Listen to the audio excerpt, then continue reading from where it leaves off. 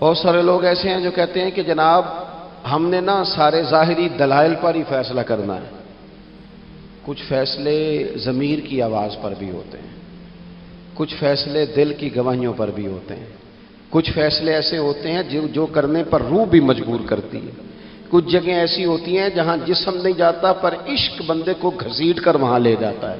حیدر شاہ اس گلی کدے نہ رول دی پر ہن تے میں رول دی میں رول گئی ہاں. کچھ جگہ پہ انسان کو جانا ہی پڑتا ہے. ایک صحابی حضرت خزیمہ رضی اللہ تعالیٰ، ابو داؤد شریف میں حدیث موجود ہے، نبی پاک علیہ الصلوۃ والسلام نے کہ یہودی سے گھوڑا خرید لیا. حضور نے فرمایا آ میرے ساتھ، میں تمہیں پیسے دیتا ہوں. اللہ کے محبوب تھوڑا آگے تشریف لے گئے، یہ ذرا تھوڑے فاصلے پہ پیچھے آ رہا تھا. راستے میں لوگوں نے اس کو کہا کہ تو نے تو سستا بیچ دیا ہے، گھوڑا تو مہنگا ہے، قیمت زیادہ لگا دی. یہ مکر گیا.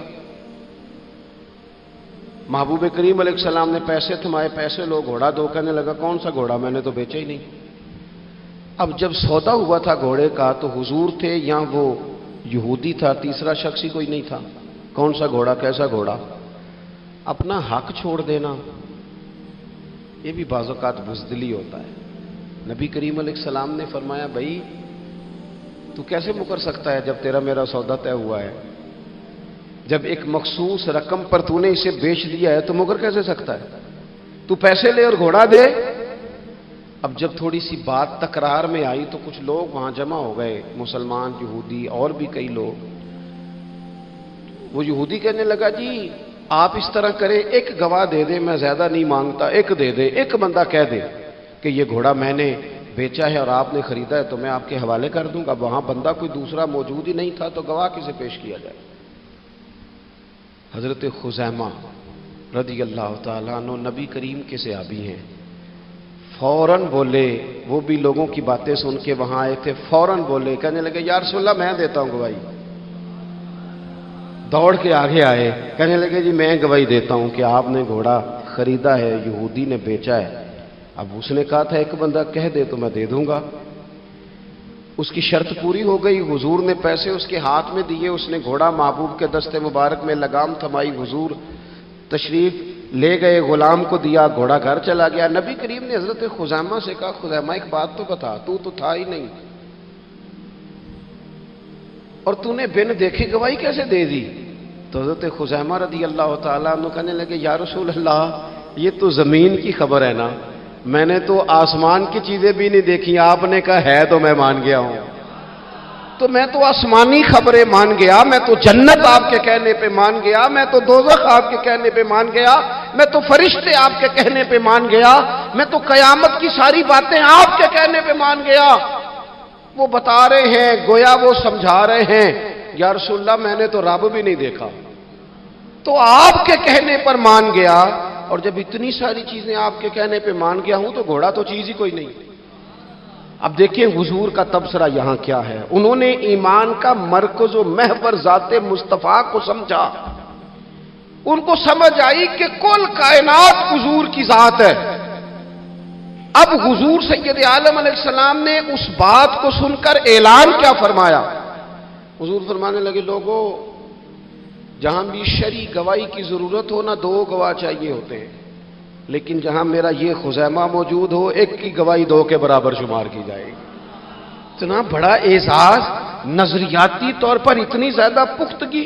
جب تک اپنے ایمان کا مرکز اور محور ذات مصطفیٰ کو نہیں سمجھا جاتا. ایک اور بھی بات عرض کروں، کئی کام ہوتے ہیں وہ کام تو ہوتے ہیں پر خشک بڑے ہوتے ہیں. کچھ ڈیوٹیاں تو ہوتی ہیں لیکن وہ ڈیوٹیاں تھکا بڑا دیتی ہیں. کچھ سفر تو ہوتے ہیں پر وہ سفر پورے وجود کو توڑ پھوڑ کے رکھ دیتے ہیں. لیکن کچھ کام ایسے ہوتے ہیں جو بندہ بڑے ذوق سے کرتا ہے. کچھ ڈیوٹیاں ایسی ہوتی ہیں کہ بندہ کہتا ہے کبھی 2 گھنٹے اور کرنی پڑ جائے نا. کچھ سفر ایسے ہوتے ہیں کہ جس میں بندے کا دل کرتا ہے یا اللہ یہ سفر کبھی روز ملے نا. چلے نہیں سمجھ آتی تو ایک سادی سی کسی شاعر نے بات کی ہے. اس نے کہا ہے کہ دنیا دیا سفراں تو بندہ تھک بھی تو جاندا ہے نا، پر سفر مدینے دا ہر وار ہی بڑا سونا. کچھ سفر تھکاتے نہیں نا، اکتاہٹ نہیں ہوتی. کچھ چیزیں انسان ذوق سے کرتا ہے. اس کی طبیعت، اگر نبی پاک علیہ السلام کی ذات کے ساتھ دل کی قلبی وابستگی ہو جائے، دین کا کام تھکاوٹ پیدا نہیں کرتا، مسجد کی حاضری بوجھ نہیں بنتی، انسان کے لیے کوئی بھی خیر کا کام کرنا مشکل نہیں ہوتا، اس کا وجود ڈھل سا جاتا ہے، اس کی طبیعت اس طرح کی ہو جاتی ہے کہ جیسے سارے نور سے ہو کر آ گئے۔ شرط یہ ہے کہ کامل محبت ہو۔ آج کل ڈھیروں لوگوں کو دعویٰ ہے حضور کی محبت کا، ڈھیروں لوگوں کو، اور بالکل ٹھیک ہے، ہونا بھی چاہیے، لیکن اپنے آپ سے پوچھ لینا چاہیے اچھی طرح سے، ہمیں اچھی طرح سے غور کر لینا چاہیے کہ شہرت زیادہ پیاری ہے کہ حضور، یہ ہمیں غور کرنا چاہیے۔ ہمیں غور کر لینا چاہیے کہ دولت زیادہ پیاری ہے کہ نبی پاک علیہ الصلوۃ والسلام کی ذات۔ ہمیں غور کرنا چاہیے کہ برادری اور قبیلے کی رسمیں زیادہ پیاری ہیں یا حضور کے دین کی بات زیادہ پیاری ہے۔ ہمیں پہلے غور کر اپنی ترجیحات کا تعین کرنا چاہیے، اور پھر ہمیں اپنے دل سے یہ بھی پوچھنا چاہیے کہ تیرا فلاں دوست سے ملنے کو تو بار بار دل کرتا ہے، اہل خانہ کو، گھر والوں کو ملنے کو تو تیرا بار بار جی چاہتا ہے، کیا تیرے دل میں کبھی بیٹھے بیٹھے تڑپ اٹھتی ہے، بیٹھے بیٹھے، اور کبھی تیری آنکھیں باہر آتی ہیں کہ رب کوئی موقع بنا دے اور میں جا کے حضور کا شہر مبارک بھی دیکھا ہوں؟ اچانک دل کرتا ہے نا کسی شخص سے بات کرنے کو، تو کیا بالکل بیٹھے بیٹھے کبھی اچانک نعت سننے کو بھی دل کرتا ہے کہ نہیں؟ کبھی اچانک حضور کی سیرت کی طرف بھی توجہ بیٹھے بیٹھے چلی جاتی ہے کہ نہیں؟ دیکھیں، کوئی بندہ بھی انکار نہیں کرے گا جب کسی سے کہا جائے گا کہ مجھے حضور علیہ السلام سے بڑی محبت ہے، لیکن آپ کو کس سے محبت ہے، آپ کس سے پیار کرتے ہیں، یہ صرف آپ کو ہی پتا ہوتا ہے۔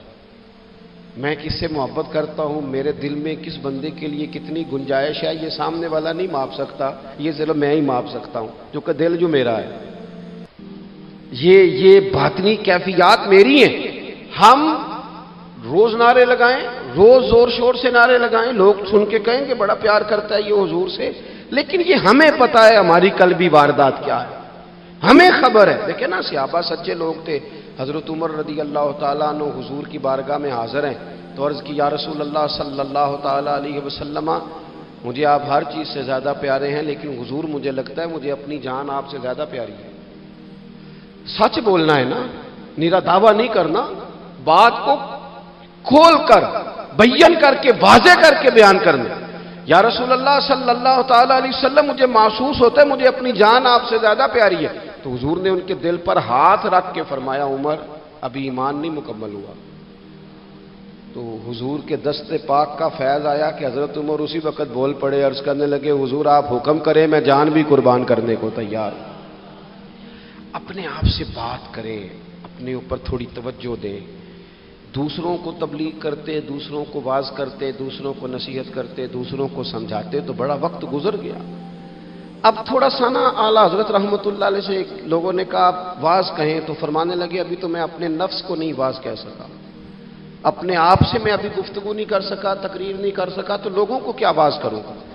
ہم تھوڑا سا نا اپنے اوپر توجہ دیں۔ حضور کی محبت کا جو ذوق صحابہ کے ہاں ہے، آج بڑے سارے لوگ نہیں ہیں جو بچ بچ کے بات کرتے ہیں، بچ بچ کے۔ میں تو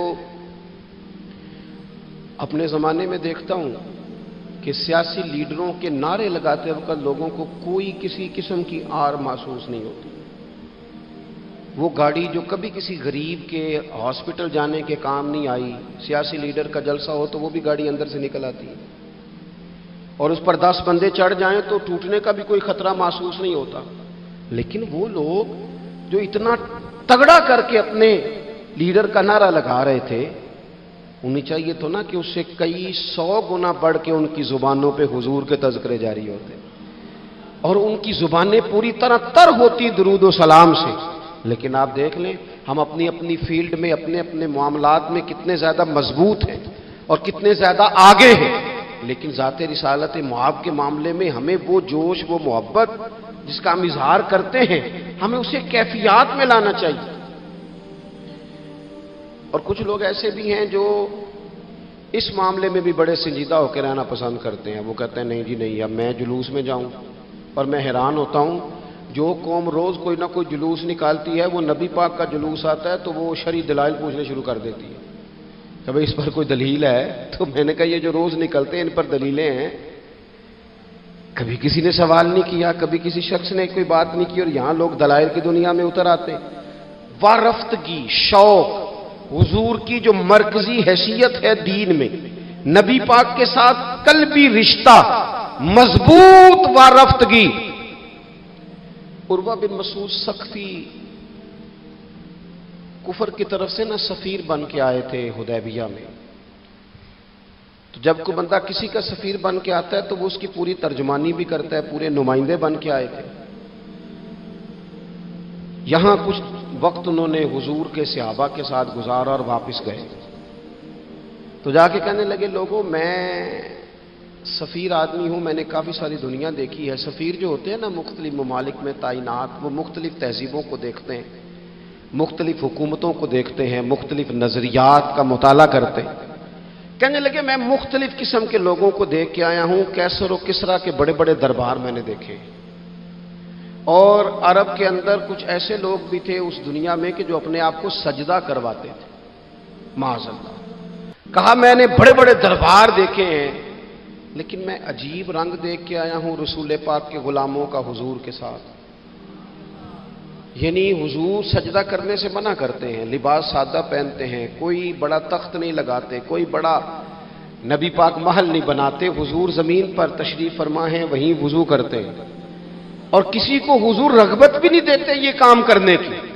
لیکن باوجود اس کے جو وہاں کیفیت عروہ بن مسعود نے دیکھی وہ صحیح بخاری میں موجود ہے. کہنے لگے میں عجیب نظارہ دیکھ کے آیا ہوں کہ حضور بلغم شریف اپنے ناک سے نکالتے ہیں. بلغم ماں بڑا پیار کرتی ہے نا بچے سے، تو اس کی ناک سے یا گلے سے کبھی بلغم نکل آئے تو اماں نا ایسے ادھر منہ کر کے پھینکتی ہے، ایسے کر کے پھینکتی ہے، کبھی نکالنی بھی پڑ جائے. صحیح کہہ رہا ہوں میں؟ لیکن یہ دیکھیں، اور یہ ان لوگوں کی بات ہے جو عام لوگ نہیں، یہ عروہ جمیع صحابہ کی بات کر رہے ہیں. اور یہ بندے کون ہیں؟ حضرت ابو بکر صدیق جیسے سمجھدار لوگ، حضرت عمر جیسے لاکھوں مربع میل کی حکومتیں چلانے والے لوگ، حضرت عثمان غنی کی طرح کے لوگ جو جس کاروبار میں بھی ہاتھ ڈالتے ہیں 4 چاند لگا دیتے ہیں. حضرت مولا علی شیر خدا جیسے علم و حکمت اور دانائی والے لوگ یہ کیا کرتے ہیں؟ عروہ کہنے لگے کہ نبی پاک کے ناک مبارک سے بلغم نکلتی ہے تو اپنے چہروں پہ مل لیتے ہیں یار. اور یہ صحیح بخاری میں موجود ہے، وہ اپنے جسموں پہ ملتے ہیں. اور کہنے لگے جب وہ وضو کرتے ہیں نا حضور، تو وہ جو وضو کا بچا ہوا پانی ہے اس کے لیے ان کے جذبات اس طرح کے ہیں کہ لگتا ہے وہ لڑ پڑیں گے آپس میں. وہ لڑیں گے کہ یہ قطرہ مجھے چاہیے، یہ حضور کے مقدس جسم سے لگا ہوا ہے. اور میرے امام کو تو پھر بات کہنی آتی ہے نا. اعلیٰ حضرت فرماتے ہیں جو حضور کے قدموں سے لگ کے دھومن بن جائے نا وہ تو آب حیات ہوتا ہے. وہ پی لینے والے تو مرتے ہی نہیں وہ لوگ تو باطنی طور پر ہمیشہ زندہ رہتے ہیں. کہتے ہیں جس کے قدموں کا دھوون ہے آب حیات ہے وہ جانے مسیحا ہمارا نبی، اور جس کی 2 بوند ہیں کوثر و سلسبیل ہے وہ رحمت کا دریا ہمارا نبی. عروہ کہنے لگا وہ تو لڑ پڑیں گے. اور تیسرا عروہ کہنے لگا میں نے عجیب منظر وہاں دیکھا ہے کہ حضور کوئی حکم کرتے ہیں تو ہر بندہ پہل کرتا ہے، جلدی کرتا ہے حکم ماننے، تیزی دکھاتا ہے. اور تیسرا میں نے یہ دیکھا ہے جب حضور گفتگو کرتے ہیں تو ان پر اس طرح کا روب طاری ہوتا ہے کہ وہ تو نظر بھر کے حضور کا چہرہ بھی نہیں دیکھتے. کہنے لگا یہ کیفیات میں ان لوگوں کی دیکھ کے آیا ہوں جو اپنے حبیب سے اتنی محبت کرتے ہیں. وہ کبھی بھی حضور کے دین کا جھنڈا نیچے نہیں آنے دیں گے، وہ کبھی بھی کسی کفر کی نفاق کی سازش کو آگے نہیں بڑھنے دیں گے. تو کافر تو کل بھی اس بات کا اظہار کر رہا تھا کہ ہمیں جو ڈر لگتا ہے مسلمانوں سے وہ اس بات سے لگتا ہے یہ اپنے نبی کے ساتھ بڑے جڑے ہوئے، ان کا رشتہ حضور کے ساتھ بڑا مضبوط. اور امت سوال جواب کر رہی ہے، امت ترازو لے کے بیٹھی ہے کہ اتنا علم تھا معاذ اللہ اور اتنا نہیں تھا، یہ کر سکتے تھے اور یہ نہیں کر سکتے، ان کو یہ کہنا چاہیے اور یہ نہیں کہنا چاہیے. بھئی یہ تو ہمارے بزرگ پرانا فیصلہ کر گئے. وہ کہتے ہیں بعد از خدا بزرگ توئی قصہ مختصر، اور حضور رب کے بعد سب سے بڑے ہیں، یہی مختصر قصہ ہے. تو حضور سید عالم کے ساتھ جو قلبی وابستگی ہے، نبی کریم علیہ السلام نا مدینہ شریف میں جب ہجرت کر کے تشریف لے گئے تھے تو حضرت ابو ایوب انصاری رضی اللہ تعالیٰ عنہ کے گھر میں حضور نے قیام فرمایا تھا. ہمارے پاس بہت ساری چیزیں ایسی ہوتی ہیں جن کی طلب بڑی ہوتی ہے، لیکن جب وہ حاصل ہو جاتی ہیں پھر ان کی طلب نہیں رہتی۔ ایک چیز آپ کے پاس ہمیشہ رہنے لگ جاتی ہے، پھر اس کے ادب آداب زیادہ نہیں رہتے۔ یہ ایک مزاج ہے عام آدمی۔ چلے میں اپنی بات بتاتا ہوں آپ کو۔ عام آدمی جو ہوتا ہے نا، وہ قرآن شریف کے غلاف کو بھی چومتا ہے، پھر قرآن پاک کو بھی چومتا ہے، پھر وہ بڑے احترام سے کھول کے رکھتا ہے۔ لیکن ہمارے مدارس میں جو حافظ ہوتے ہیں وہ نہیں زیادہ چومتے، ان کے پاس رہتا ہے نا ہر وقت، وہ لا کے رکھتے، ادب کرتے ہیں، کوئی بے ادبی نہیں کرتے، اللہ معاف کرے۔ لیکن جس طرح سے عام آدمی اس کو بار بار چومتا ہے یا ذوق کا اظہار کرتا ہے، دیکھیں حافظ بیچ بیچ میں سے ناراض ہونے لگ گیا مجھ سے۔ آپ ناراض نہ ہوں، لیکن چلو بات کر تو لینے دو نا، جو ٹھیک ہے وہ کر تو لینے دو۔ یہ ہوتا ہے بعض اوقات، جو چیز بالکل قریب آ جاتی ہے نا، یعنی ایک چیز آپ کا مقصود ہے اور اگر وہ مقصود مل گیا تو، وہ جو درویش نے کہا تھا نا کہ یہی بہتر ہے کہ پردوں میں وہ پردہ پوش رہے، اس کی بھی بڑی حکمتیں ہوتی ہیں، اس لیے کہ جو تڑپ، ملنے کی تڑپ کی جو لذت ہے وہ کئی دفعہ وصال کی لذت نہیں ہوتی۔ تو یہی بہتر ہے کہ پردوں میں وہ پردہ پوش رہے، اور وہ اگر پردے ہٹا دے تو پھر کسے ہوش رہے۔ جب آپ کو وہ چیز میسر آ جاتی ہے تو پھر اس کی قدر۔ اسی لیے حضرت عمر فاروق رضی اللہ تعالیٰ عنہ کا یہ طریقہ تھا کہ جب لوگ حج کر لیتے تھے نا تو فرماتے تھے حج ہو گیا، اب اپنے اپنے گھر جاؤ، زیادہ دیر نہ رہو حرم شریف میں، زیادہ دیر رہو گے تو قدر نہیں کرو، اب جاؤ۔ بڑی دلچسپ ہوتی ہیں بے ترتیب ملاقاتیں، کبھی کبھی ملنے میں ذوق زیادہ ہوتا ہے، لطف زیادہ ہوتا ہے، طمانینت زیادہ ہوتی ہے۔ حضرت ابو ایوب انصاری کہتے ہیں مجھے مقصود مل گیا، کرم ہو گیا، میں منتظر تھی، میری روح، میری نظر کی حضور میرے گھر تشریف لائیں، حضور آ گئے، کرم ہو گیا، رحمت ہو گئی۔ اب ایسا نہیں ہے کہ ان لوگوں کو مقصود مل گیا ہے تو بس بات ختم ہو گئی، اب وہ سمجھ گئے کہ میرے تو گھر آ گئے تو میرے لیے تو ساری بات ہی کھل گئی ہے۔ ان کی ادبی معرفت کا یہ عالم تھا، اور نبی پاک کے ساتھ ان کی وابستگی کا یہ حال تھا کہ کہتے ہیں میں نے نا، میرے گھر کی 2 منزلیں تھیں، میں نے نچلی والی منزل حضور کے لیے چھوڑ دی تاکہ نبی کریم صلی اللہ تعالی علیہ وسلم کی زیارت کے لیے لوگوں نے آنے جانا ہے تو لوگوں کے لیے آسانی رہے۔ فرماتے ہیں نیچے حضور آرام فرما ہیں اور میں اوپر والی منزل پہ تھا، جا کے چارپائی پہ لیٹ گیا۔ یہ مسلم شریف میں آپ کو ملے گا، اس کی اصل ملے گی آپ کو۔ فرماتے ہیں میں آرام سے جا کے چھت پہ لیٹ گیا، رات کا تھوڑا سا پہر گزرا تو میرے دل میں خیال آیا ابو ایوب تو اوپر ہے اور حضور نیچے ہے، پائے نظر ہوش میں آ، یہ کوئے نبی ہے، آنکھوں سے بھی چلنا یہاں بے ادبی ہے، اور امام فرماتے ہیں حرم کی زمین اور قدم رکھ کے چلنا، ارے سر کا موقع ہے او جانے والے۔ کہا حضور نیچے؟ فرماتے ہیں ساری رات میں ایک دیوار کے ساتھ پیچھے ہو کے بیٹھا رہا، ساری رات یہ سوچتا تھا کہیں میں وہاں نہ چل دوں جہاں حضور آرام فرما ہو، میرے قدم نہ آ جائے۔ میں تڑپتا رہا، مقصود پاس آ گیا ہے، وہ چیز حاصل ہو گئی ہے، لیکن اس کی تڑپ میں اضافہ ہوا ہے، احترام بڑا ہے، یعنی اب سوچ رہے ہیں کہ میں ان کا ادب کیسے کروں، ان سے محبت کیسے کروں، کس اعزاز سے انہیں بٹھاؤں۔ فرماتے ہیں کہ تڑپ کے میں صبح حاضر بارگاہ ہوا، میں نے کہا یا رسول اللہ کریم کرم ہو جائے، میری تو بساط ہی نہیں، میں چھت پہ کیسے گزارا کروں گا۔ تو حضور فرمانے لگے میرے پاس تو لوگوں نے آنے جانا ہے، میں تو نیچے ذرا آسانی محسوس کرتا ہوں، یہی ٹھیک۔ یا رسول اللہ آپ کی بات ٹھیک ہے، پر کریم اگر کرم ہو جائے نا تو مہربانی ہوگی۔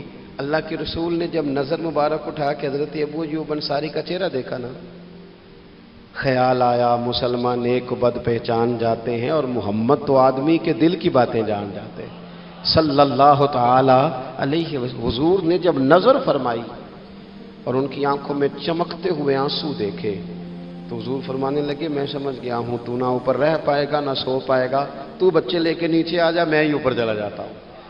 صحابہ کی وہ جو خاص قلبی کیفیات ہیں رسول پاک کے ساتھ، میرے سنگیوں دیکھو میلاد شریف کا جو جھنڈا ہے وہ بھی میلاد شریف کا ہی ہے، وہ میلاد کا جھنڈا، ایسا نہ ہو کہ میلاد کا جھنڈا کسی گلی میں پڑا ہوا نظر آئے، میلاد پہ چھپنے والا اشتہار پوسٹر کسی جگہ گرا ہوا نظر آئے۔ یہ جو لنگر شریف ہے نا، تبرک کے چاول، یہ حضور کے میلاد سے وابستہ ہے، یہ گلیوں میں بکھرے ہوئے نظر نہ آئے۔ اس طرح کی کیفیات نہ ہو کہ محسوس ہو کہ جناب یہ تو احترام والے لوگ ہیں، یہ لوگ تو حضور کی محبت کی بات کرتے ہیں۔ محبوب کی نسبتوں کا احترام بھی محبت ہی کا ایک پہلو ہوتا ہے، خاص وارفتگی نبی پاک کی ذات کے ساتھ خاص۔ اور پھر ان لوگوں نے نا ان چیزوں کو بھی چھیڑا جن کی شریعت میں گنجائش تھی۔ شریعت کے دو حکم ہیں، ایک عزیمت ہے، ایک رخصت ہے۔ ایک یہ ہے کہ اگر حالات بڑے سخت ہیں، بڑے گڑبڑ ہیں، تو آپ تھوڑی دیر کے لیے سائڈ پہ ہو جائیں، رخصت ہے، اجازت ہے۔ اور ایک یہ ہے کہ آپ ڈٹ جائیں نا حالات کے سامنے، پھر اللہ مددگار ہے۔ ایک یہ ہے کہ گنجائش ہے، گنجائش ہے، اور ایک یہ ہے کہ دل نہیں میرا مانتا، میں گنجائش کا کیا کروں، میری طبیعت نہیں مانتی۔ چلیں ایک بات اور کھول دیتے، ایک ہوتا ہے حکم، ایک ہوتی ہے رضا، ان دونوں میں فرق ہوتا ہے۔ وہ جی میں نے حضرت صاحب سے کہا جی مجھے اجازت ہے میں جاؤں، انہوں نے کہا جاؤ میں چھٹی لے کے آیا ہوں۔ بھائی آپ نے چھٹی مانگی تھی، حضرت نے دے دی، استاد جی نے دے دی، یہ تو حکم ہے، لیکن تمہیں بھانپنا چاہیے تھا نا ان کی مرضی کیا ہے، ان کی رضا کیا ہے۔ رضا تو اس طرح کی ہوتی ہے کہ مکتب عشق کا دستور نرالا دیکھا، اس کو چھٹی نہ ملی جس نے سبق یاد کیا۔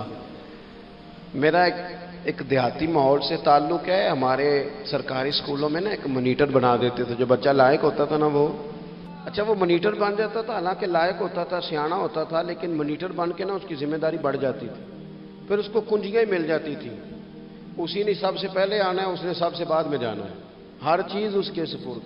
پیار جو زیادہ کریں ان کی ذمہ داریاں بھی زیادہ ہوتی ہیں۔ یہ کیا بات ہوئی کہ میری محبت زیادہ ہے تو میں مسجد میں غیر حاضر ہوں، میں حضور کا میلاد شریف زیادہ مناتا ہوں تو میں نے سنت شریعت کو اپنایا ہی نہیں۔ محبت مجھے حضور سے زیادہ ہے، لیکن حضور نے جو حقوق العباد ادا کرنے کا سبق پڑھایا ہے اس پر میری توجہ ہی نہیں۔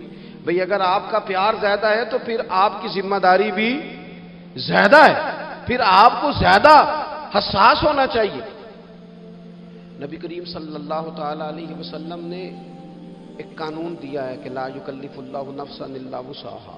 رب فرماتا ہے جو بوجھ کوئی اٹھا نہ سکے ہم اس پر وہ بوجھ نہیں ڈالتے۔ اللہ کے راستے میں آپ نے خرچ کرنا ہے تو اگر آپ کی جیب اجازت دیتی ہے تو خرچ کرے، نہیں دیتی تو نہ کرے۔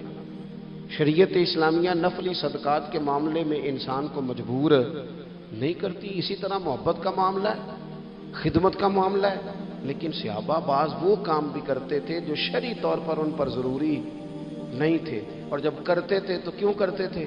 محبت مجبور کرتی تھی، پیار مجبور کرتا تھا۔ طبرانی میں موجود ہے، اللہ کے حبیب علیہ الصلوۃ والسلام کو اچانک ایک صحابی نے دیکھا اور فوراً عرض کرنے لگے یا رسول اللہ میرے ماں باپ قربان ہوں، چہرے پر نکاہت بڑی ہے، کمزوری ہے، کیا وجہ ہوئی؟ تو حضور نے ایک ٹھنڈی آہ بھری اور فرمایا میں نے کئی دنوں سے کھانا نہیں کھایا، کھجور اور پانی پر گزارا ہے۔ میٹھا کھانا بھی سنت ہے لیکن فاقہ کرنا بھی سنت ہے۔ اپنی مرضی کی سنت ادا کر لینا یہ تو بڑا آسان کام ہے، لیکن میرے بھائی شریعت اسلامیہ میں جو چیز غالب رہی ہے اس پر بھی کبھی کبھی ذوق کرے۔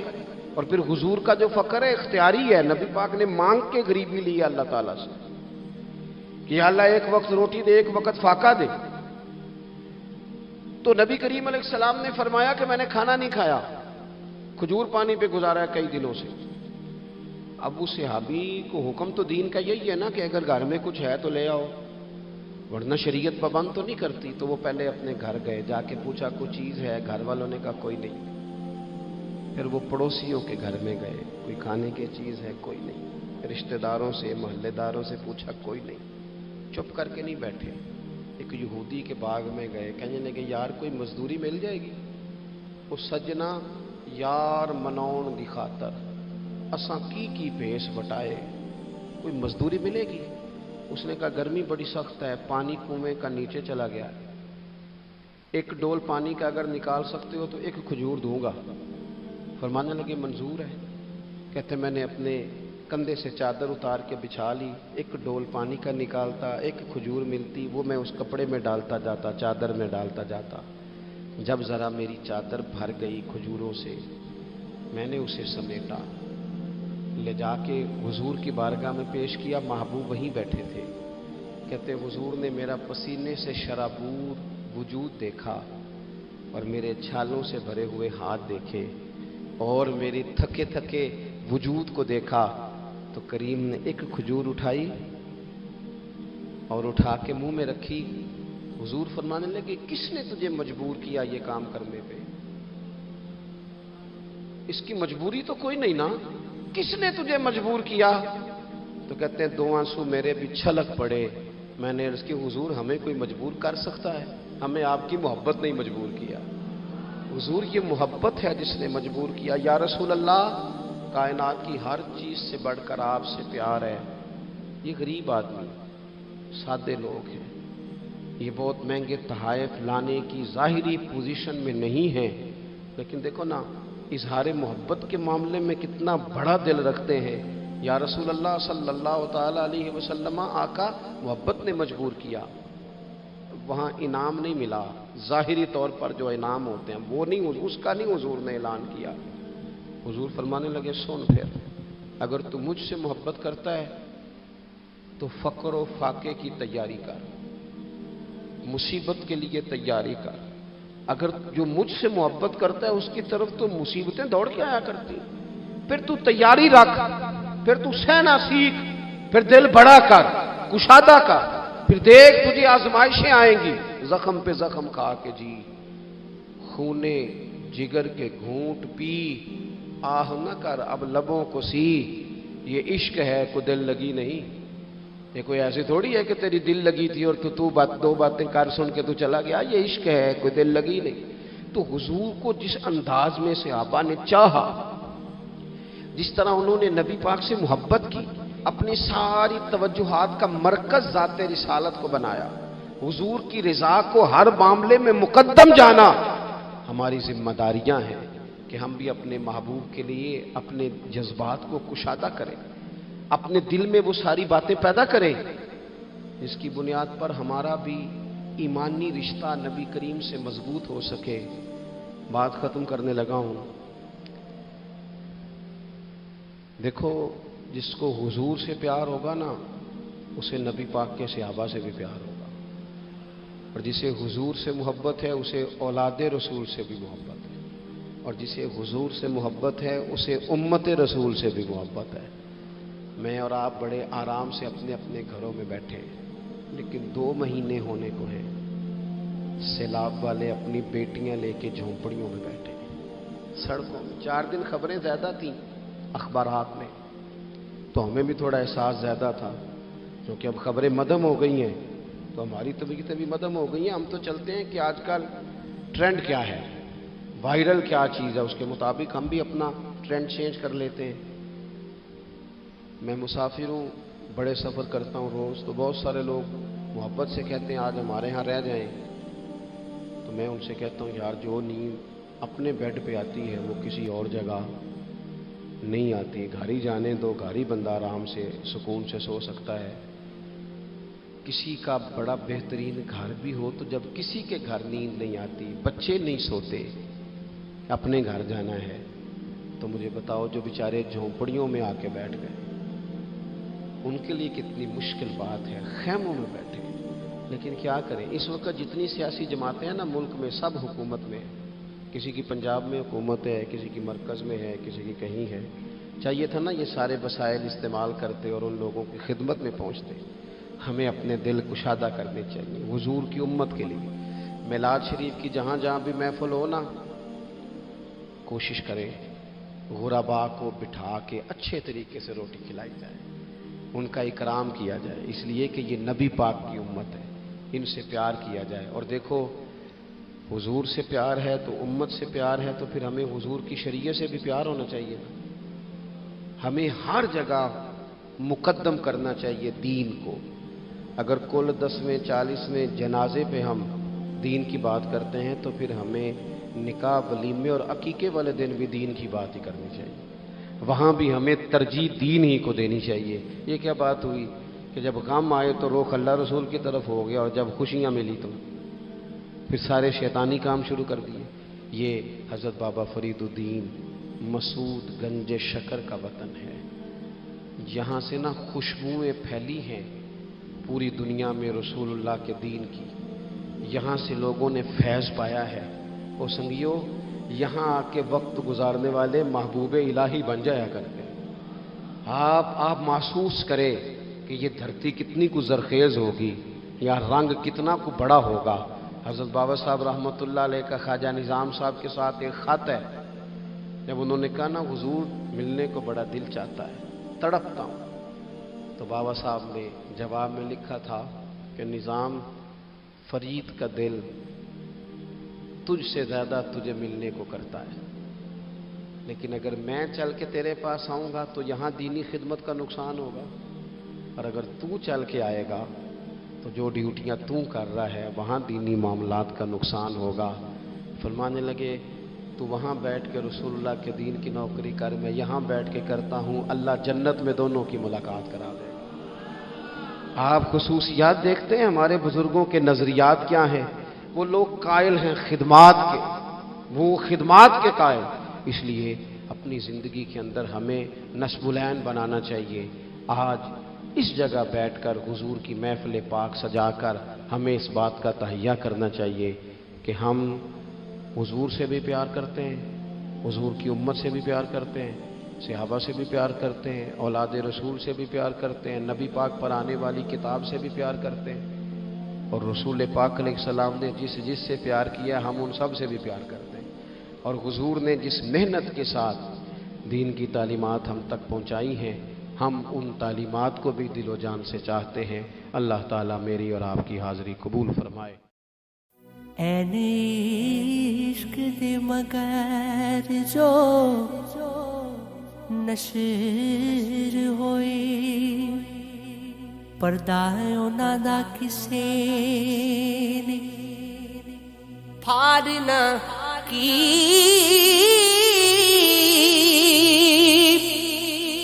موئے جلے جو عشق دی اگ اندر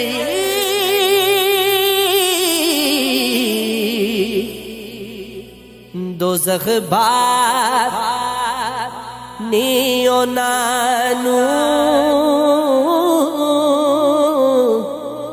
سارنا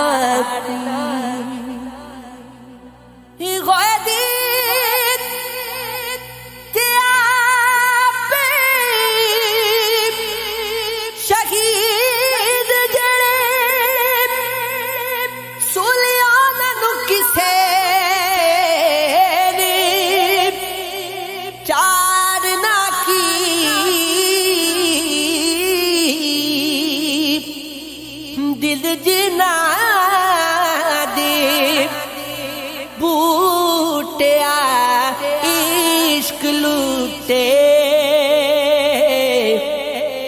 کر انہاں دا کسے